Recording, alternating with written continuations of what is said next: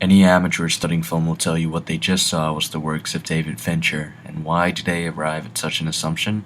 Well, let's go back a bit. Color correction.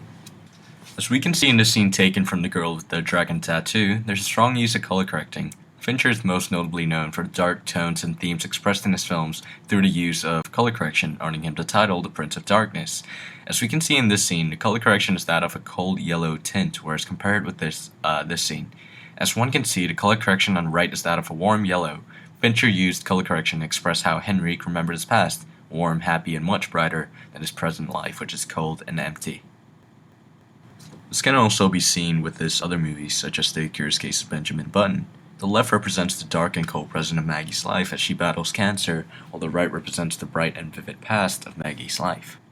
This brings up another aspect of Fincher that differentiates him from other directors. Fincher's post-editing on films not only consists of the notable color corrections, but he also loves to use CGI, computer-generated images. He uses CGI for the sole purpose of enhancing the story and, well, to create a spectacle. In Fight Club, one of the most notable shots was the narrator shooting himself. This shot used state-of-the-art CGI for its time and was very, very hard to do. The reason why Fincher used CGI for this shot was to emphasize on what the narrator had done, which was to kill Tyler Durden and win his own internal fight, which had plagued him throughout the movie. This brings up my next point, which is Fincher's theme in many of his movies, dual identities and self-conflict. As most evidently seen with Fight Club, the narrator is fighting his other identity. Literally. This can also be seen in Zodiac, where Gravesmith's dual identities are his family identity and his investigator identity. Is that more important than your family's safety? A theme of dual identities is also evident with color correction. The first identity of Henrik on the left is cold and dark, whereas the second identity of Henrik on the right is warm and happy. The theme of self-conflict is evident in Seven when Mills is presented with the choice to avenge his wife and kill John Doe, or to do the right thing and, not kill John Doe. Another one of Fincher's skills is his use of lighting. Fincher uses lighting to establish moods and tones, which is very significant in almost all of his movies. Take Zodiac, for example. Notice that there are only two light bulbs in this scene. One is over Graysmith and one is over Mr. Vaughn, the older man. The light cast on Mr. Vaughn makes him look very scary as we cannot see his eye sockets, and his face is just generally very dark, which is achieved by an overhead light source. Now when he turns off his light, 50% of the lighting is gone, and we no longer have sight of Mr. Vaughn. He could be anywhere, which is specifically what Fincher wanted. Fincher also uses sound very effectively and uniquely. He incorporates diegetic sound elements to build suspense, as you can hear of the tea kettle. He does this as opposed to implementing suspense music.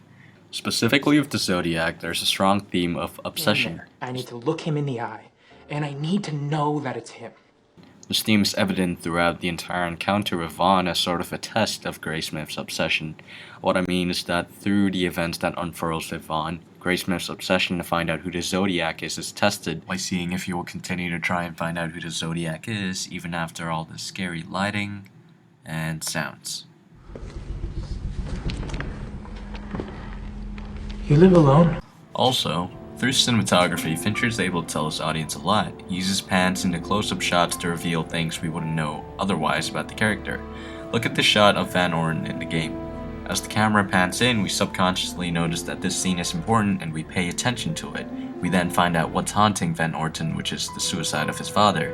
This is essential to the story as the suicide shaped Van Orton's character as a troubled and depressed man, which is what starts his birthday game in the first place. This helps reinforce Fincher's dark tones to his movies and his recurring theme of dual identities, as Van Orton tries to balance his everyday businessman life with his depressed life.